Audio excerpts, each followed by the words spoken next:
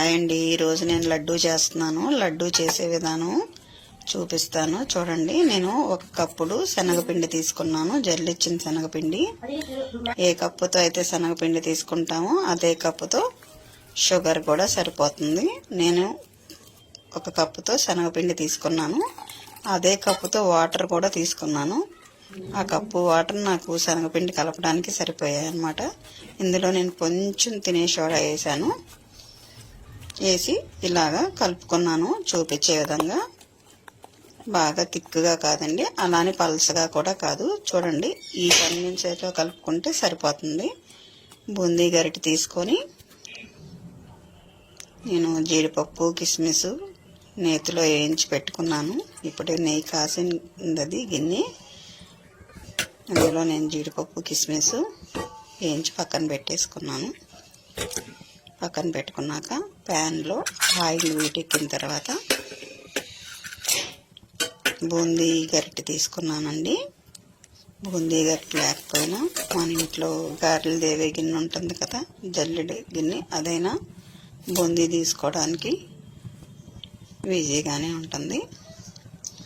నేనైతే బూందీ గిన్నె తీసుకున్నాను. బూందీ గిన్నె తీసుకొని ఇలాగా బూందీని దూసుకున్నాను అన్నమాట.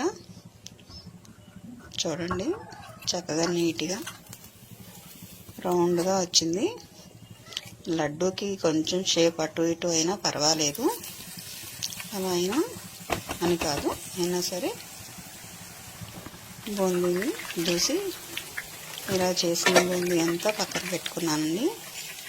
నేను 1 జారుడు బూందీని మిక్సీలో వేసుకున్నాను. మిక్సీలో వేసుకొని దాన్ని కూడా కలిపేసాను అన్నమాట. కొంచెం ఇలాచీలు ఎక్కువగానే నేను మిక్సీ వేసుకున్నాను అన్నమాట.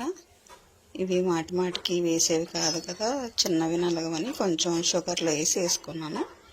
ఇలా నిలవబెట్టుకుని ఇది కొంచెం షుగర్ సిరపలో వేసాను అన్నమాట.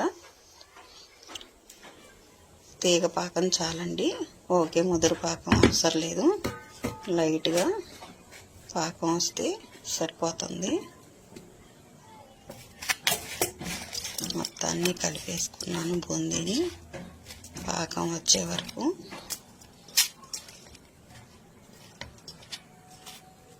పంచదార పాకం వచ్చిందండి, మీకు చూపిస్తాను చూడండి. లైట్ తీగ పాకం వస్తే చాలండి.